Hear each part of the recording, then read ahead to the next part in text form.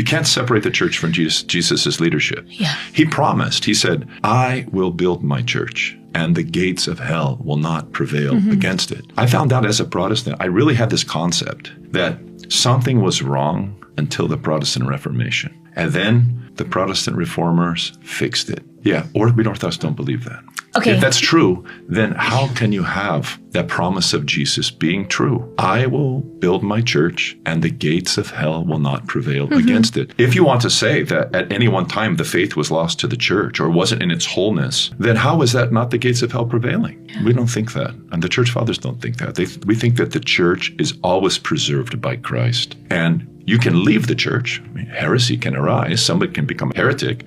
Just like a physical body can be diseased. Right. But you have to, by the inspiration of the Holy Spirit, that disease is cut off, right? We throw the heretics out. St. Paul says that, reject a heretic after a second or third warning. Wow. So the preservation of the church is something that we think is basic, based upon Jesus' promises. That doesn't mean the church is perfect, but it means Jesus will preserve the church and the faith in integrity until his second coming. All believers today should be able to trace their lineage back to the church. And if you can't, that's a problem. And that's what happened to me, is I couldn't, the way I was believing and the way I was worshiping, I could trace it back to 1588, but I couldn't trace it back to the apostles. And that bothered me. Yeah. That really bothered me. That doesn't mean that it was all wrong.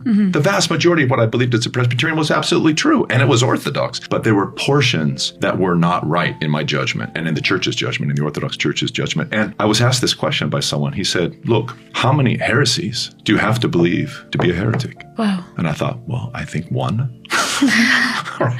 Just one. And I felt that I had a couple.